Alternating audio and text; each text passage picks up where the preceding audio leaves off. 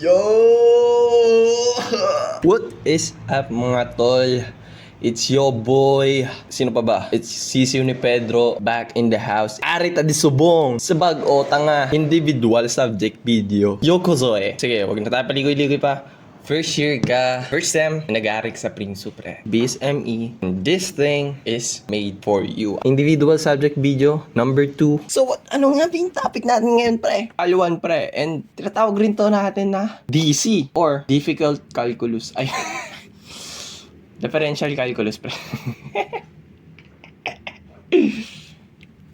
I won't go deep kagaya ng prof mo sa pagturo ng subject na to. This video will discuss about my experience on this subject and the things that I did na sa tingin ko pre made me pasa this subject. And the last thing is the learnings. So, learnings na naman. Eh, totoo naman pre, lahat naman ng bagay may natututo tayo. And let's head on par dun sa experience. So, start natin sa professor. Ang professor namin sa Kalyuan is definitely Sir Michael Romaldo pre. Kung ME ka, kilala mo siya pre. Kung si siguro naririnig mo. Yes po, siya po yung prof namin. So, day 1 pre. Day 1.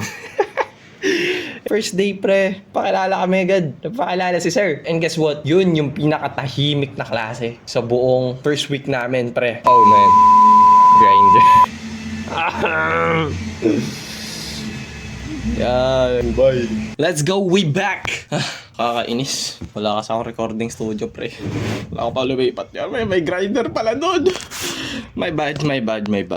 So, ano na ba tayo? Saan na ba tayo, pre? Talaga sobrang tahimik ng room, par. Siyempre, Boss Mike yan eh. And the thing is, pre, yung character ni Boss Mike, ibang-iba sa labas. Kumpara mo pag sa classroom, pre. Kaya, di ko kayo masisi kung narinig niyo yung Thanos na terminology kasi. Sinabi ko na rin naman eh. Sinabi ko naman, si Boss Mike, si Thanos, isa lang yan. Pero sabihin natin, pre, si Boss Mike, siya yung character sa labas. And si Thanos, siya yung character na nagtuturo ng Kalyuan. And yun, pre, first day namin, pre, talagang naguluntang kami. Like, pag first year ka, pre, hindi ka magiging ready talaga sa mga sarcastic hirit ni sir, pre. Sarcastic ba? Oh, sarcastic. Ewan ko kung truman-truma sila. Pero lahat kami tahimik. Narinig ko rin, tahimik daw yung first year ngayon. Ewan ko kung sino nagsabi sa kanila ng mga bagay na yun. Kasi alam ko, hindi ako yun. Di pa nila napapanood yung mga videos ko eh. Kung sa Hunter x Hunter pre, merong Tonpa, yung newbie crusher. Sa BSME Prinsu, pre, merong Thanos pre. Which technically pre, destroys first year. If you're not ready. Discuss na lang natin yan pre. Mamaya dun sa learnings. Yun na. Dahil nga dun sa pressure na yun pre, first day parang na-overwhelm talaga ako. Definitely pre, stress ako. Tama naman. Stress naman yung form. Pero siguro sa tingin ko, stress yun. Kasi it helped me. And yun na. Ikikwento ko na lang yung day na masasabi kong naging okay yung lahat. Alam mo kung anong day yun? First quiz. First quiz pre. The thing is pre, sobrang pressured ako nun. After that day pre, binigay yung scores namin par. Alam mo kung ano results? Mataas syempre. Yung nangyari pre. That's why nagkaroon ako ng good impression sa subject na to. Dahil dun sa first quiz na yun. And sana ikaw rin, mahanap mo rin yung first quiz moment mo na yun.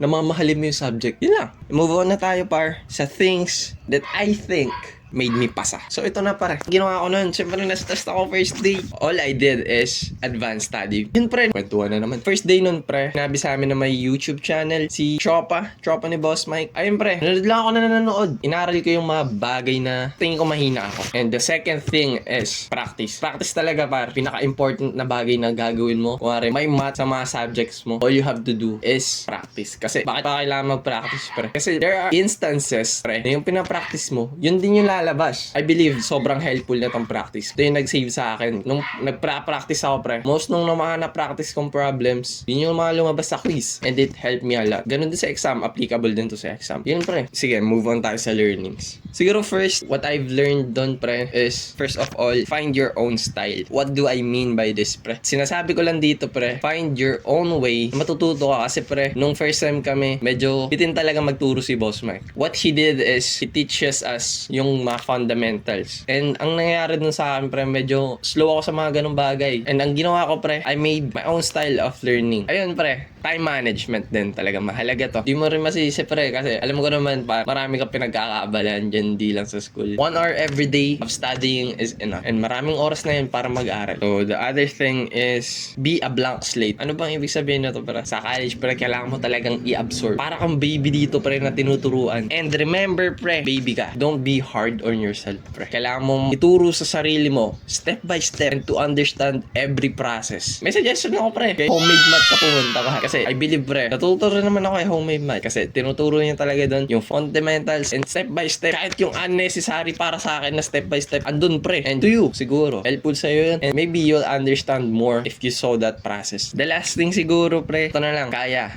Basta gusto. This phrase, pre, is super mahalaga. Binabalikan nito, pre, kung ano yung reason. What is the reason bakit nag-engineering ka, pre? Pag alam mo yung reason but you're staying, pre, lamang ka sa lahat. Yun, pre. Be a notebook. Kasi you yourself, pre, you have to write those words, to write those paragraphs sa sarili mo to become a book yourself. Yun, pre. For now, be a notebook. And one day, I believe, magiging libro ka din ng punong-puno na kaalaman. Study hard.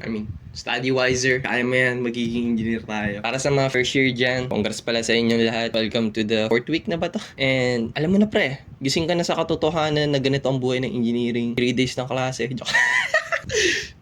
At maraming events. At puro self-study. O, diba? And the thing is, marami pang events dyan pre na magugulo lahat ng schedules nyo. Tapos, kinabukasan, quiz, exam, and yun na yun pre. Another thing na gusto ko lang sabihin is, huwag kayo matakot kay Sir Romualdo pre. Si Sir Romualdo pre, best friend namin siya yun dyan. Ewan ko sa inyo, ba't natatakot pa rin kayo? It's been 4th week, pero siguro dahil hindi nyo namimit alos madalas si Sir Romualdo kasi sobrang busy niya. And pre, huwag kayo matakot kay Sir Romualdo pre. Matutuwa kay Sir Romualdo kasi, di ba, nasabi ko sa inyo, nung first quiz ko, medyo mataas ako nun. Natuwa ako kay Sir Romualdo kasi pre, pag nag-check talaga siya, yung mga papel niyo pre, may mga nakasulat dyan. Like side comment. Tapos, malupit pre, pag nag-try ka mag-answer, sabi natin mali ka halfway. Checkan nyo yun boy, Korean pre. Kay Sir Romualdo lang ako pre. Nakikita ng score, may point something pre. Yun, sobrang transparent niya. Sa tingin ko yun yung best qualities ni Sir Romualdo. Sobrang binavalue niya yung even the smallest effort that you did. Yun lang. And kaya Sir Romualdo talaga pre, mag-aaral ka talaga yun. Bubuksan mo talaga yung OneDrive na hindi ko ginawa.